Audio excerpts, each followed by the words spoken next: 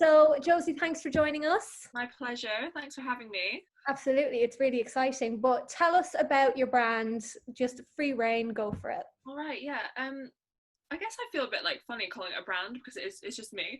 But yeah, so I kind of started it. Well, I did start it at the end of May.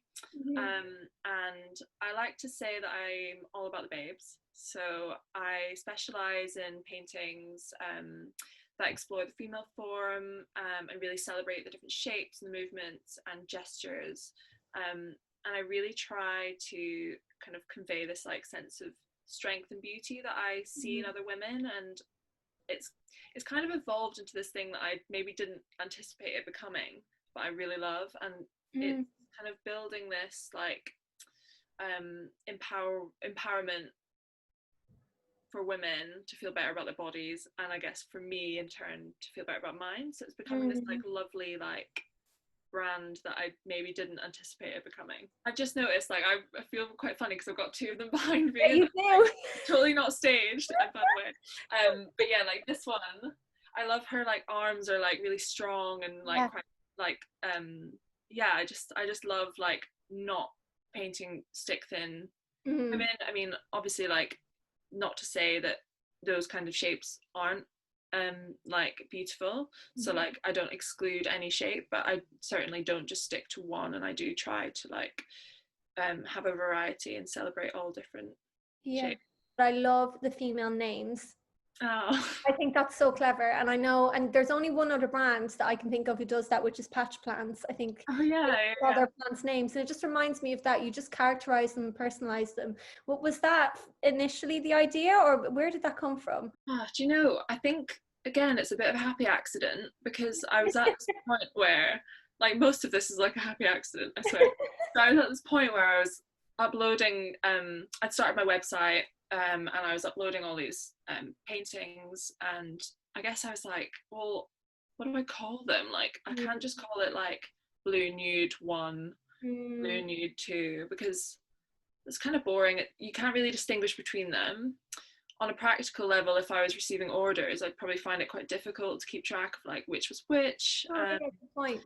And I guess yeah, I know like we might come onto this later, so I can just talk about it now. But I've got this like background in kind of marketing and e-commerce and social media, so I kind of knew that I wanted to create something that was like a little bit more engaging and a little bit more, have a little bit more fun with it. And I always love when brands do fun stuff like that with products, and I think a lot of fashion brands actually do it with products, and I always love it when there's like a Josie dress. Like, oh my god, it's my dress.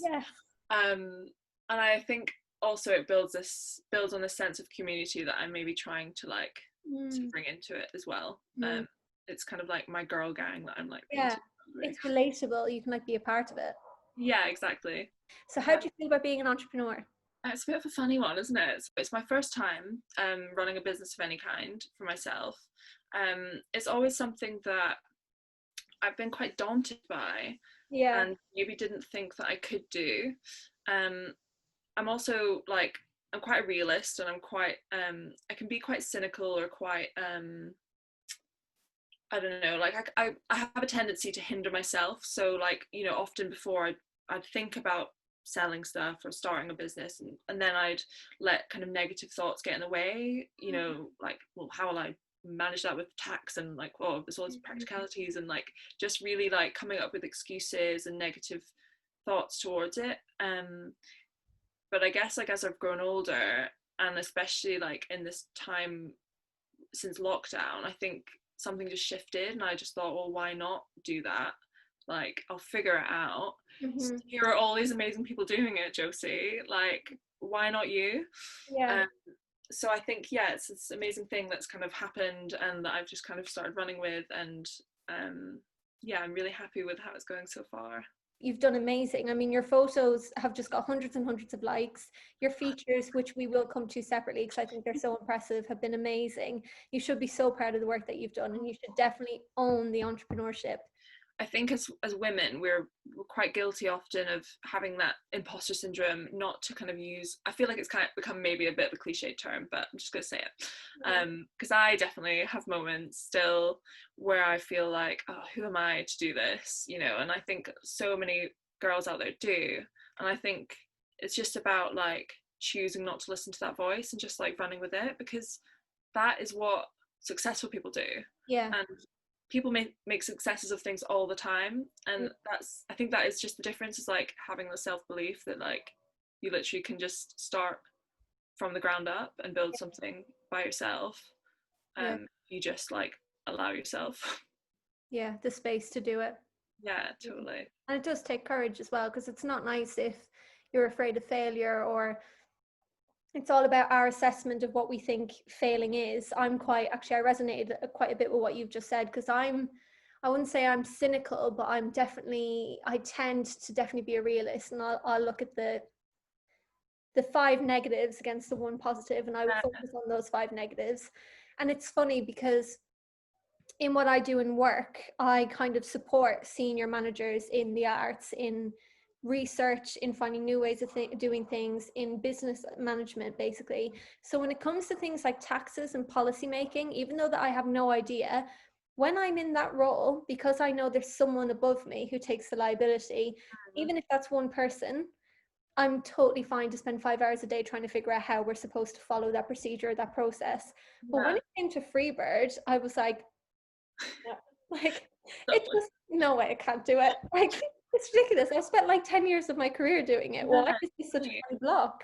In terms of the starting process, what was that? Was it making the art? Was it a hobby that you made loads of artwork and then you thought, I'm going to try and sell this? Or no? So yeah, I describe myself as like a self-taught artist, because I never went to art school and I didn't have like formal training, but it's always been something that I've had as a hobby since a really young age. So I would always kind of like occasionally do like doodles and have little experiments with paint, and I would go to life drawing classes quite a lot. I went to my first one actually when I lived in Sydney in, I think it was like 2016 I went, and I remember just thinking like, oh my god, I'm at a life drawing class, like, oh, like there's gonna be naked ladies. And here I am. That's really cool. Where am I getting at with this? Oh yeah, so it was always kind of a hobby, and then like through the years, like I've had quite a few friends just say like, why don't you like try and sell that, or like you should sell your stuff. And I've always thought, I'll do that later, or like I'm not ready, I'm not quite good enough, like nah. Like it needs to be like unified, or like I need to be better by that point, you know, always kind of waiting for that moment. And then yes, I guess like coming back to the lockdown thing, you know, that thing you're saying about kind of having all this time to like finally paint and read all these books and get organized and do all these things, like I actually came to that quite late. Like in the beginning of lockdown, I was really just like quite lazy, wasn't doing much, like wasn't being productive, and I was feeling quite guilty about it. And then it wasn't until like the end of May, and I saw like a few other artists on Instagram that were literally just saying like in their captions like, DM if you're interested in this painting. And I know it sounds stupid, but I hadn't realized it could be that easy.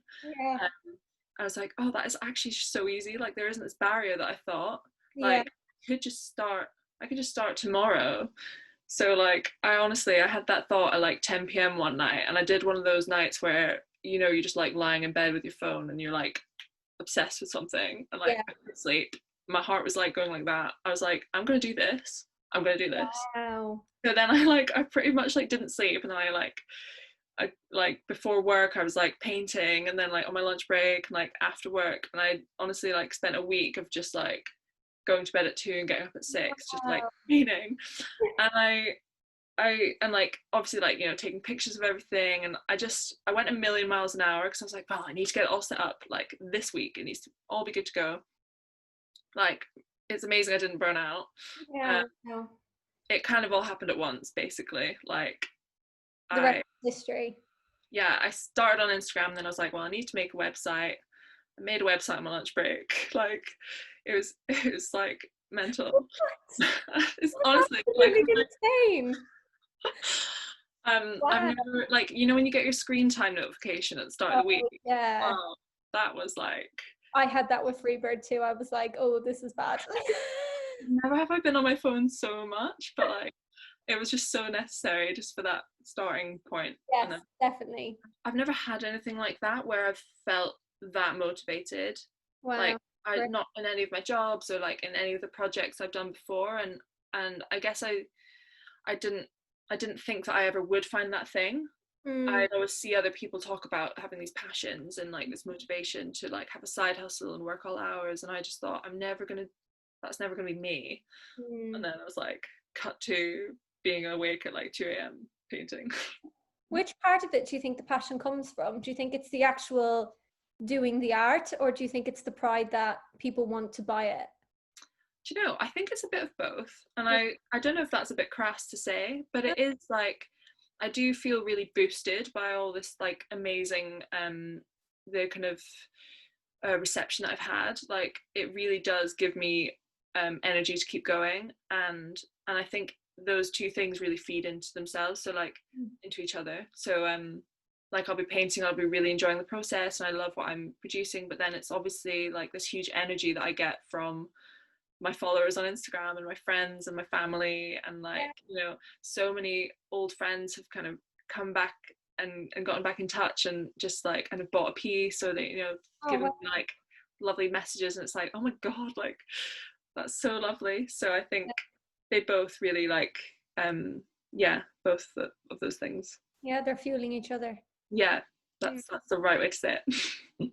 Expanding on the inspiration and the artwork, you also have like the fruit branches and stuff like that. Yeah. Do you think your collection's going to go any further, or are you going to stick with your signature work? Do you know, I actually don't know. So it's funny because one of those lemon branches was actually the first thing that I painted when I did my like, this is before I thought I was going to start a business, but when I was starting to come out of my lockdown funk, and I was like, you know, I'm just going to buy some paints online, get them delivered, it's going to be great. And I painted those like in the garden over like a few days, and I just loved it, and it was just for me. And then my mom was like, oh my god, it's lovely, like that's lovely. And so then I was like, oh yeah, actually I think maybe other people might think they're nice as well. And then a few other people made requests, and the ones on my page that you see on my Instagram, they were all commissions. I don't know if I would just like put them in my like core collection, but I definitely am open to commissions. And like one of my friends that I used to work with in Edinburgh was like, oh, I really love pomelos, like that's my favorite fruit, please can you paint them for me? I was like, I've never heard of that. Google images, like grape, it's a Thai grapefruit, who knew? What? So you know, it's all a learning experience. Yeah, you're going to learn so much about fruit and vegetables. Yeah, exactly. So get your requests in. Yeah, definitely. With the commissions, how does that work? So can people send in pictures of themselves and you line draw them? Yeah, so it's kind of a mix. So people do request portraits, but I always say to people, like, you know, there's no pressure. If you don't want to send me a nude, obviously that's fine. So what I can do is, like, you know, if you want to send me a picture of, like, if you're in a bikini, or like, I don't know, like you can be wearing clothes as well, and I can just kind of like imagine the rest. Take the shape. Or you can send me a nude, and obviously, like, I make sure it's all secure on my computer, and I only use the image to do the artwork, and then I delete it straight after, and etc. So it's all like really secure. And then some people just say, like, oh, I really like that pose where you know, it's the view from behind and she's looking over her shoulder, and I'll be like, oh cool, well I can find something similar, and I'll just do something similar. So there's lots of different like ways that you can do it. And then people like specify which color. So yeah, it's kind of it's quite open to whatever people want to do. I do love that people want portraits, because I think it's like, it's a really beautiful thing to do for yourself. It's very empowering. Yeah, exactly. And I think there's lots of women who maybe didn't think that they could, or don't feel good enough about their bodies, and it's like, actually, like, you're beautiful, like, and let's make this work of art into another work of art, like, so I do really love that process as well. I think the recognition of the brand's just been absolutely incredible. If you go to Josie's brand's Instagram, you will see mentions from the Creative Feminists, We Are Womanhood, and other stories who have millions of followers. I mean, what was that like? Honestly, like, I was in the park with one of my close friends, and we were having a picnic, and I looked at my phone, and I pretty much became like, I just couldn't speak for like the entire day. So she was like, "It's fine, like, take your time." Yeah. So just like people who like, I feel like maybe out of context. Yeah.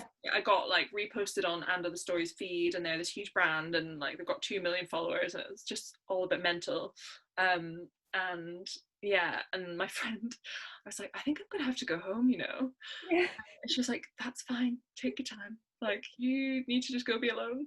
Yeah. And yeah, I actually, as silly as it sounds, felt probably just as excited as when I found out my degree results.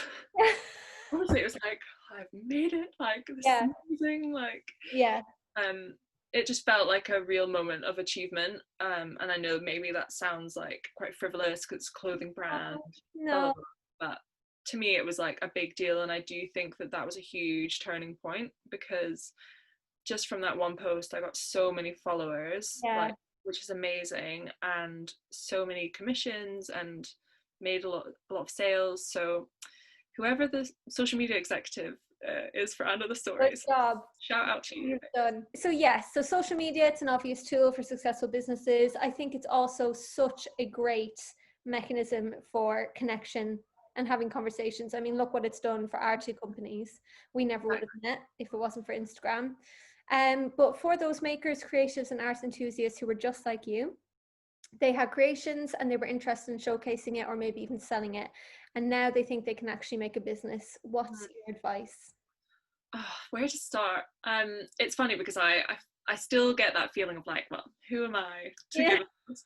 I think for me, like, social media, it comes quite naturally, because I all my jobs since I came out of university have either like included social media or like been in marketing, so it does come kind of naturally to me. But I think it's really important to make sure that you're showcasing your work in the best way possible.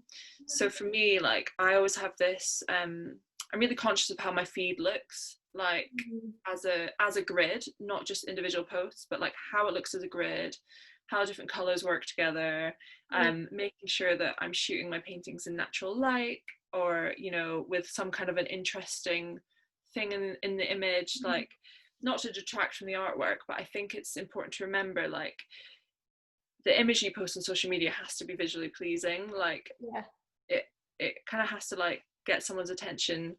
So that's kind of what I always try to do. And also, yeah, with my captions, I guess this comes back to like the kind of sassy babe personas of my paintings. Like, I always try and keep them kind of short, quite snappy, have a little bit of a sense of humor. Like, it's even just a way for me to have fun with it. But I think something that when people scroll through, they stop and like have a little smile to themselves, like, that's always nice. But on a more functional level, like, I always do try to make it really clear what my post is about. So I'm trying to sell a piece of art, and I want to make that really clear. So I always have like painting available or art for sale, a little kind of funny quip, and then where you can find it or how you can get in touch. And I think like those 3 things are just the kind of 3 things that I always try to do with my posts, just to keep it really concise. You know, for new followers that are landing on your page as well, who might not necessarily have ever seen your stuff, like, I think it's important for them as well to just bear in mind, like, new people coming to your page all the time. What I really admire about your Instagram, and I think it's something that is it's transferable to a lot of the Instagram pages that catch my eye, is if I was to screenshot that photo, it could be a wallpaper on my phone. Not as in taking the intellectual property, but actually that it's so aesthetically pleasing and it has my common interest in it. Oh, so it's the photo by a beautiful plant or the photo by the earrings. Yeah. You know, there's something about it that you can see it actually in your home. Like you can visualize it. Exactly. And that's another thing, is like people want to see the artwork in like how it looks on the wall or like in situ, with as you say, like a plant or like some flowers or you know, some magazines or something like that. I think just to kind of make it again like relatable and a little bit more of an engaging image, because social media just has this thing about being like, we're so not transparent where we actually show who our true selves are. Like you see people posting pictures of holidays, but how much credit card debt did they go into to book that holiday? And the people who are working and haven't had a holiday in 5 years are so jealous. You know, it's just this negativity on social media drives me insane. But at the same time, it's a brilliant place to try and get your company up and running. It's a blessing and a curse. It's amazing. It's amazing, but it's also like, I think it's challenging, like, because I run so much of my business from Instagram, so you know, it's difficult to take a break from it. But I do think like I probably will start taking a few like kind of digital detoxes just to like reset. But I think just trying to use it as a positive tool as much as possible, and you know, unfollowing people that make you feel bad, essentially. Like that's the best thing you can do, and just you're right, stay focused on yourself and trying to be as like authentic to yourself as possible. And follow what you want to do, whether it's company, social media posting, people to follow what you want. Exactly. So lockdown is easing. I wouldn't say it's post lockdown, but what's the plan with the company? Because you can't stop now, because And Other Stories is going to miss you. We're going to miss you. So you're going to have to keep going. What do you think? What's going to happen? Do you know, that is something that I've not got an answer to.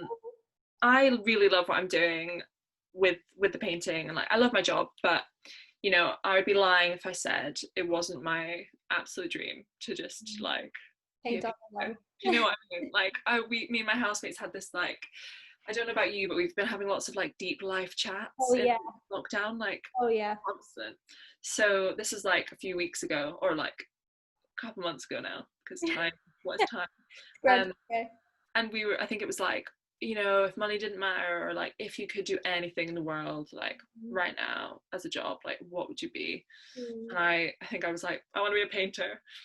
And at that time I hadn't started any of this yet, and they were like, wow. And I just was like, oh yeah, that would be lovely, wouldn't it? And now I'm like, God, that would be really lovely.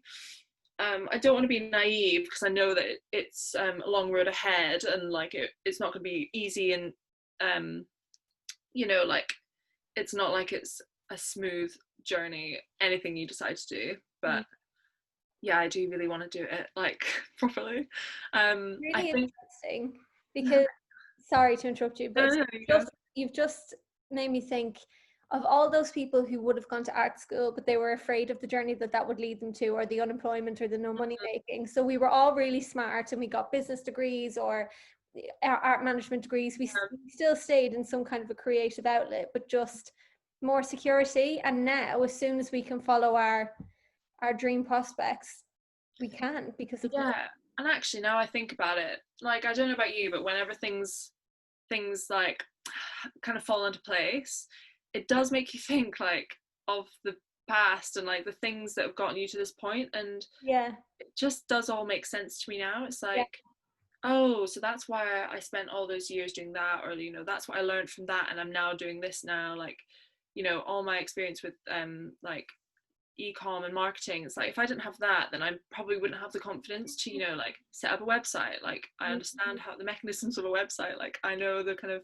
basics of marketing a brand.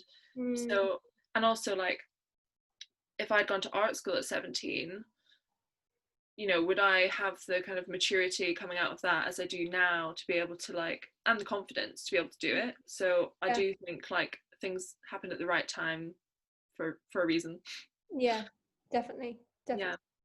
And the other thing is, now you are a painter, and even if you Don't do this full time for the rest of your life. You've still got a painting company that you do, so you've still got that dream career happening. It's just it depends on what route it goes down, but the company doesn't stop when the virus goes away, basically. No, exactly. And it's not just like a lockdown project, because you know, as much as it did kind of come out of this whole period, because I had all the spare time around work, and all the spare time to think about life, I'm really conscious of it not being just like a lockdown thing. So I think I'm at the moment, I think I'm going to see how it goes for the next few months, and keep just trying to like keep up the momentum, and then just reassess and see what I do with it. But I think I also need to remind myself that it's only been a couple months. Like, you know, I'm really impatient by nature, and I really just want to do everything at once. And I want like, you know, I want to have an exhibition. I want I want this collaboration. I was going to ask you. I was like, is there going to be a pop? Am I going to see you in Camden and Brixton? Where are you going to be selling your stuff? Well, you know, this is my studio. This is my office. I know we've made you global, like world painting already. we've expanded you beyond you thought. So you're seeing this like one nice wall. Like this is like my well curated Zoom backdrop. So like over here is like the packaging corner. And over here is like there's like a bin, and yeah, it's all a bit mental. So I would love to do an exhibition, but it's kind of also like practical. Like, you know, do I get a studio before I do an exhibition? Where do I keep my art? Like, do I just like deck out my entire house like with my canvases until my show? How do you even get a show? Like, I'm figuring it all out. So it's really exciting because I am just learning everything as I go, and I guess like nothing is off limits, and I'm trying to say yes to most things, and see what opportunities come up. But that's a really good attitude to have. It's all to play for, and it's really exciting. Talking about entrepreneurship lows, anything like that you just want to talk about, to basically say to people, don't let these things discourage you, or don't let them get to you? Do you know, I think I've been quite fortunate. Like I don't think I've had like any hugely negative experiences. So we kind of touched on like the imposter syndrome thing. So I have had moments where, you know, there's been a night where I planned to paint like 10 paintings and they didn't go to plan, and I've then just had this huge like meltdown, and I'm like, what am I trying to do here? Like, I'm not an artist, like who am I? And I kind of go into these weird spirals where I punish myself on social media. So like I look at really successful people and think, you know, like I'm never going to be that person. But then I don't know, then on the flip side, sometimes I look at those people and think I could be that person. So I'm really like, there's lots of highs and lows.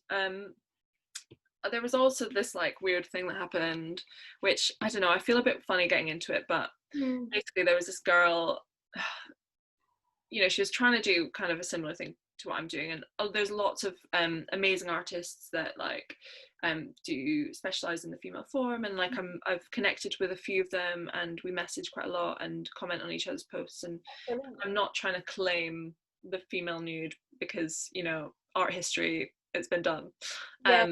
But there's one girl who I won't say her name, but she was just starting out, and she'd literally like for like copied the exact lines of like a few of my paintings, and kind of her bio was the exact same as mine, and like her caption was the exact same, and I just like, it just really got to me.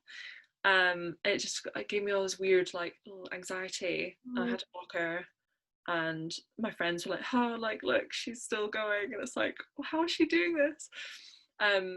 But yeah, I guess it's like it's always going to happen with any kind of creative anything, and you know, I'm not about to claim that my pieces are the most original thing in the world, because as I said, there's other people doing similar things, but that was like, it was literally like for like copying. So that's a bit rough, but I'm kind of over it now. You know, I think it's really important when you're doing anything like this just to try as much as possible to not compare yourself to others, because it's just not going to get you anywhere. And I'm really guilty for getting into these weird spirals where I do that, but whenever that happens, I basically just like message my friends and they're like, shut up. Yeah, no matter what the low is, I try to avoid saying negative or bad. That's why I keep saying low. You know, Yeah. it doesn't sound Low. And lol. Yeah, I keep doing that with my hand as well. But no matter what it is, you've got to rise above it and just, you know, don't take it too much to heart. Yeah, and I think just remember, like, you know, when you see all these people out there who are really successful, I always just try and remind myself, like, you know, they've just been doing it longer. Yes, they're really talented, but they've been doing it longer. Yeah. You know, maybe they do it full time, or like maybe they've got all this budget, or, you know, like everyone's different. And I think everyone comes to things at their own time and does things at their own pace. So I think, yeah, I'm saying all the advice that I need to take. Yes, you do. Yes, you do. It's been amazing, actually. This has been really good. So how do we find you? How do we find you on Instagram, and how do we buy your beautiful paintings? So on Instagram, I am at by JOSIE DEVINE. And so that's spelled DEVINE. Divine, darling. And then my website is byjosiedevine.uk. Not .co.uk, which might be. We've got .uk as well. Yeah, Squarespace. WordPress. Oh. Yeah. Oh, there we go. Make sure you check out Josie. She is super sweet, super amazing, and like her 2 paintings in the background, they are truly incredible, and I can't wait to see an Emma one if I commission it. Coming up soon. Yeah, I might have to take my clothes off and commission that one. I'll have to force her. Anyway, thank you so much. You've been amazing. Thank you.